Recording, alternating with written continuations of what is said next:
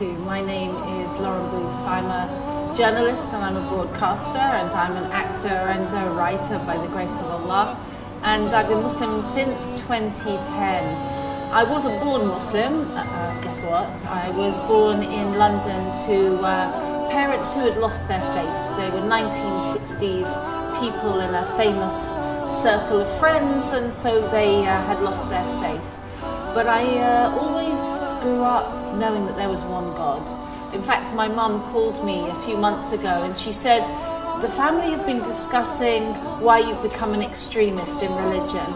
So I became a kind of celebrity in my late 20s, mostly because my brother-in-law was the Prime Minister, but I certainly made the most of my moment of attention. And it becomes very, very toxic, very addictive. Celebrity is addictive. I know about drugs, I know about drink. Celebrity and social media is more addictive. And sugar, actually, in my experience. So I definitely wouldn't say that in my 20s I was on any spiritual journey. I was on a complete nafsi celebrity journey. And I was content with that. When I say, actually, content isn't the right word. I was okay with that. I was okay with that.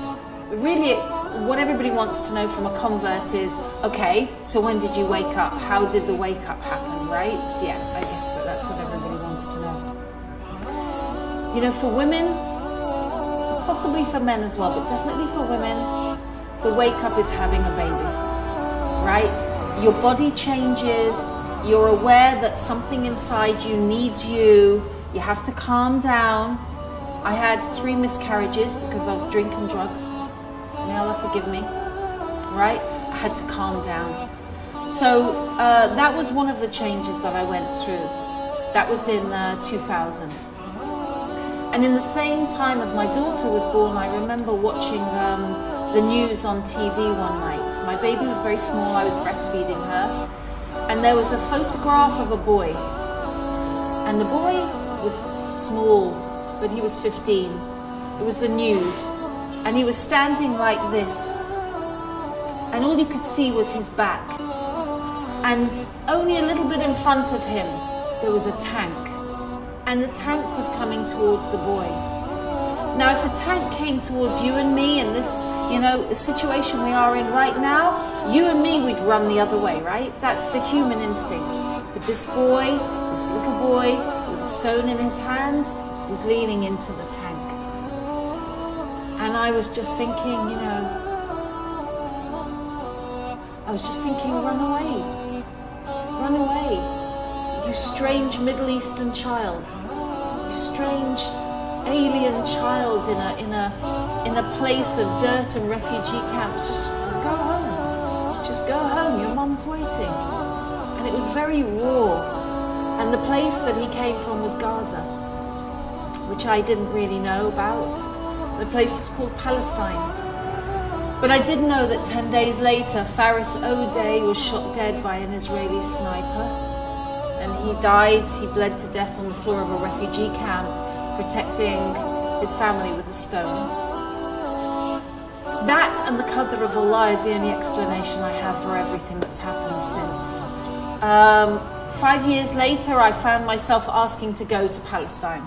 It was like there was a voice in my head saying, go to Palestine, go to Palestine, go to Palestine. Why do I want to go to Palestine? By this point, I'm living in France. I've got 2 daughters, a nice husband, a big house, swimming pool. We're in the most beautiful part, one of the most beautiful parts of all of Allah's earth. And I want to go to Palestine? What is that? That is what you call a calling. So I found myself in 2005, thanks be to God, in Palestine. And I thought that I knew the story there. I'd gone to find the truth. This is another word that you might recognize in your life. Whoever's watching this, may God bless you. Wherever you come from and wherever you're going, God bless you. Watch out for the signs that you're being called to truth, and go with it. That's what I could say, is go with it, okay? So I went to Palestine and I was scared. I was scared of Arabs. Yeah, definitely. Here's the amazing thing. 3 days later, I traveled around the West Bank on my own, right? They forgot to tell me in the media where I was working, this is how you go to Palestine. You stay in your hotel room, you make a phone call, they come to you, don't go outside. Because that's what they tell journalists, don't meet the Muslims. Muslims are dangerous. You might get kidnapped, okay? You might get disappeared, you'll never come back. They'll lie to you. But I didn't do that. I just went, marhaba, marhaba. If somebody drove past and said, get in my car, I said, okay, I'll get in your car. And so, by the grace of Allah, I went all around the West Bank. I went to Jenin, I went to Bethlehem, I went to Nablus on my own.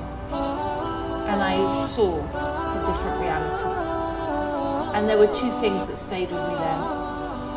One was that we're being lied to, that the media are liars about Muslims. And the second one was that I knew nothing about Christianity and the Muslims knew more about Jesus than I did. And that there was three things. The third thing was I should read the Quran, because the people were so generous and kind to me as a stranger, kinder than anybody in my family or any of my friends had ever been. And so gentle that I wanted to be like them. But it took a long time, because the thing is, you don't just get to walk into Islam. You know, Allah is great and He knows our condition, and we have to get out of our old habits to some degree. You know, and I had to be deprogrammed. I had to have my rough edges cut off, you know, knocked off me before I was humble enough to say La ilaha illallah Muhammad Rasulullah, which is the Shahada. I believe in the oneness of Allah, and I believe the Prophet Muhammad is the last and final prophet. I had a very traumatic time in 2009. My family had a traumatic time. But as the mother, I had a traumatic time. And I'll just encapsulate it like this. In January 2009, I had a husband and a house and a job. In October 2009, I had no husband, no house, no job. I'd moved back from France, no money, no nothing, and it looked like my children were going to be taken away. Allahu Akbar. That is in 9 months. And I didn't know what to do. And it got to the stage in around October 2009, when I was in a rented flat, which I couldn't afford, back in London with no car, with a court case trying to take my children away from me, when I put my head to the ground and I said, Allah, just my children.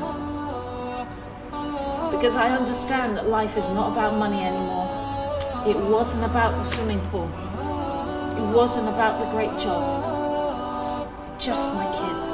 And let me learn about life and just my kids. And I said sorry to God. And a month later in 2010, I went to Iran. And I went as a journalist, not on a spiritual journey at all. I just went to look around, and I ended up in Ramadan in a mosque. And I sat down in the mosque, and it felt as if I was under a waterfall of peace. A waterfall of peace, that everything was going to be okay. SubhanAllah. And a week later, back in London, I walked into a mosque.